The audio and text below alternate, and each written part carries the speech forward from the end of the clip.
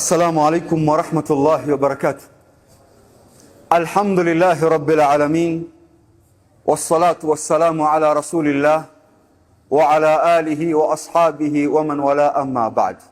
Ndugu zangu, kalima fupi ya muda huu. Sote tunafahamu kuumbwa kwetu katika mgongo huu wa ardhi. Allah tabaraka wa taala ametuleta katika mgongo wa ardhi, kisha katika maumbile yetu Allah ametupa mtihani. Ametuweka katika mgongo wa ardhi ili kutupa majaribio, mitihani. Inna khalaqna al-insana min nutfatin amshajin nabtalihi faja'alnahu samian basira. Hakika tumemuumba mwanadamu kutokana na tone la manii kati ya mume na mke. Lengo la kuumbwa nabtalihi, ili tuwape majaribio, mitihani. Kwa uwepo wako katika mgongo wa ardhi, kwa hali zote, ni kwamba wewe Allah tabaraka wa taala amekuweka katika mgongo wa ardhi ili kukupa mtihani. Ukifaulu, basi uwe katika rehema ya Allah tabaraka wa taala, na usipofaulu uwe katika hasara. Allah atujalie tu miongoni mwa wale ambao watakuwa wamefaulu. Ndugu zangu katika imani, katika maisha haya ambao rasilimali tuliokuwa tumepewa na Mola wetu katika mgongo huu wa ardhi, ningependa nizungumzie hadithi moja ya Mtume Muhammadin sallallahu alayhi wasallam, akhrajahu al-Imam Ibn Majah min hadithi Anas ibn Malik radhiyallahu anhu. Katika hadithi hii, ndugu zangu katika imani, kwa zama tulizokuwa nazo katika ulimwengu huu ambao tuliokuwa nao, kuna aina ya watu. Makundi haya, kuna watu watakaofaulu mbele ya Mola wao, na kuna watu watakuwa katika hasara katika makundi, kutokana na mtihani ambao Allah alokuwa ameweka katika mgongo wa ardhi.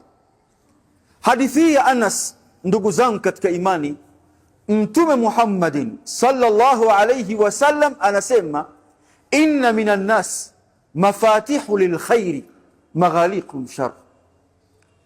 Inna minan nas mafatihu lilkhairi maghaliqa lishar. Hakika kuna watu, hakika miongoni mwa watu Allah tabaraka wa taala amewajaalia, amewapa funguo za kufungua kheri.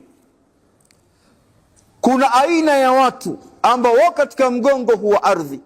Allah tabaraka wa taala amewaweka katika mgongo wa ardhi katika majaribio ambayo Allah alikuwa ameyaweka wao. Allah amewaruzuku, akawapa funguo za kheri katika mikono yao, lakini vile vile Allah amewapa funguo za kufunga shari katika mikono yao.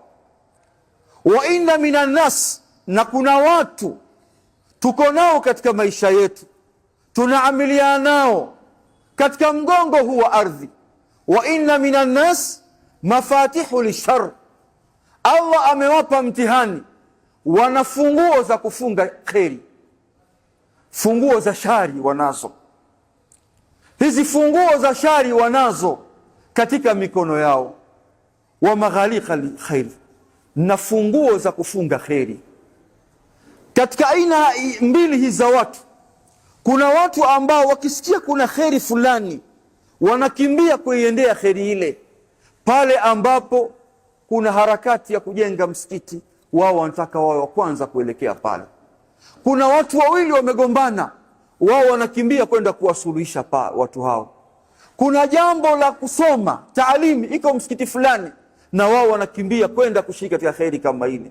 Kuna jambo la tahfidhi ya Qur'ani, yeye anashiriki pale. Kuna uchimbaji wa kisima, yuko pale. Kuna jambo la kheri kadha, yeye tayari mstari wa mbele, yuko pale. Kwa nini? Kwa sababu Allah amemjaalia funguo za kheri katika mkono wake. Inna minan nas mafatihu lilkhairi biyadihi. Kuna watu Allah amewapa funguo za kheri katika mikono yao. Kila kheri wao wanaikimbilia jambo lile. Lakini watu hao inapotokea jambo ambalo si jema, jambo lenye kuchukiza, Allah halipendi jambo lile, wao hukimbia haraka kwenda kulizuia jambo lile. Imetokea jambo kadhaa, wao wanakwenda kuzuia munkar kama ule. Hawataki shari ienee katika jamii, ni watu ambao wanalingania kheri daima katika maisha yao. Allah amewatunuku watu hao. Jambo la shari kwao ni jambo lilokuwa mbali baina yao na shari. Mambo ya haramu yote ambayo yalikuwa yameharamishwa, wao hawataka kuendea haramu ile. Hawa ni watu ambao Allah amewatunuku akawapa funguo za kufunga shari. Lakini ndugu zangu katika imani, kundi jingine ambalo Allah amewapa mtihani huo uliokuwa mkubwa, na Allah tukinge katika jambo hilo. Wa inna minan nas mafatihu shar biyadihi, na kuna watu Allah amewapa mtihani wa funguo za shari. Kila aina ya shari ambao wewe unaijua, yeye lazima ashiriki. Kuna fitna fulani mahala fulani, yeye anaongoza fitna ile. Kuna jambo ambalo pengine mke na mume wamegombana, yeye ni watatu katika jambo lile kuhakikisha ndoa ile watu wanaachana.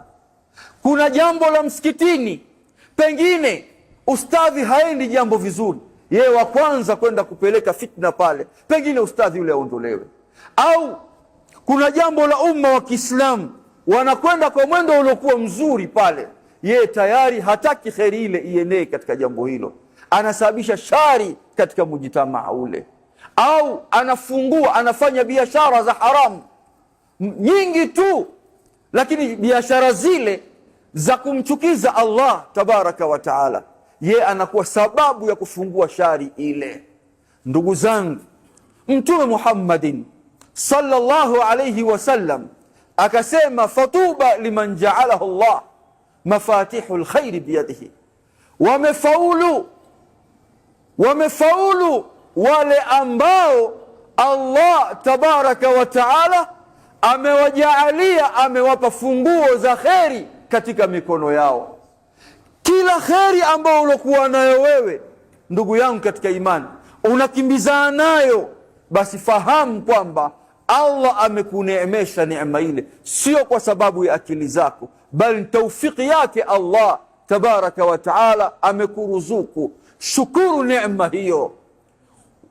Wa wailun liman ja'alahu Allah mafatihu shar biyadihi, ole wao wale ambao Allah tabaraka wa taala amewapa funguo za shari katika mikono yao, kwa sababu mafiki yao, mazingira yao, mwisho wao wanakwenda katika moto wa jahannam, iyadhan billah. Ndugu yangu katika imani, unapoishi katika mgongo huu wa ardhi, kuwa sababu ya kheri, kuwa mwenye sababu ya kheri. Kila jambo la kheri, kuwa na pupa wa kulifanya jambo lile, na kila jambo ambayo itakuwa la shari, uwe sababu ya kuzuia shari ile, kwa sababu hujui katika maisha haya jambo gani ambalo wewe Allah atakuwa amekutunuku nalo, itakuwa sababu ya kwenda peponi. Ndugu zangu katika imani, kullu khairin, kullu shay'in yarhal, kullu shay'in yarhal. Katika maisha haya kila kitu kinaondoka, illa alkhair, isipokuwa kheri. Kila kitu katika mgongo huu wa ardhi kinaondoka isipokuwa kheri peke yake. Na haya ndiyo yale ambayo Mtume Muhammadin sallallahu alayhi wasallam alivyoteremkiwa na aminul wahi Jibril alayhi salatu wassalam. Katika hadithi ya Ibn Abbas, Mtume Muhammadin sallallahu alayhi wasallam anaambiwa na Jibril, ish ma shi'ta fa innaka mayit wa ahbib man shi'ta fa innaka mufariq. Ishi utakavyo, ishi upendavyo, ipo siku utakufa, lakini kipende unachokipenda, ipo siku utengana nacho. Kwa kullu shay'in yarhal illa alkhair, kila kitu kitaondoka katika maisha haya ya ulimwengu isipokuwa kheri. Fayadhillu, itabaki kheri ile, fayadhillu, itabaki kheri ile imepandwa katika nyoyo zilizokuwa safi. Fahanian liman yazra alkhairi baina an-nas, hongera kwa yule ambaye aliyepanda mbegu nzuri kwa watu, ambao akaondoka katika ulimwengu kila mmoja akamtaja kwa wema. Hakuna kitu kilichokuwa bora ndugu zangu katika imani kama ufe katika mgongo huu wa ardhi, uondoke umo ndani ya mwanandani katika kaburi lako, umeacha watu huku wakikutaja ndimi zao kwa wema.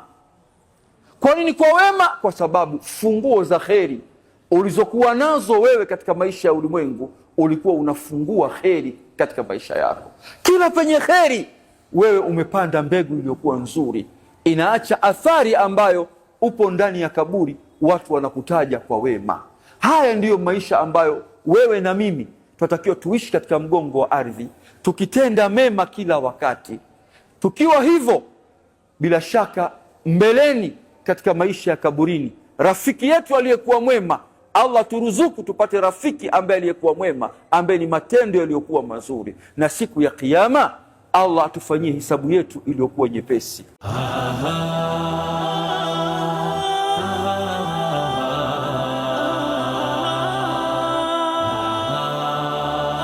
Al Wahda TV, ufunguo wa moyo wako.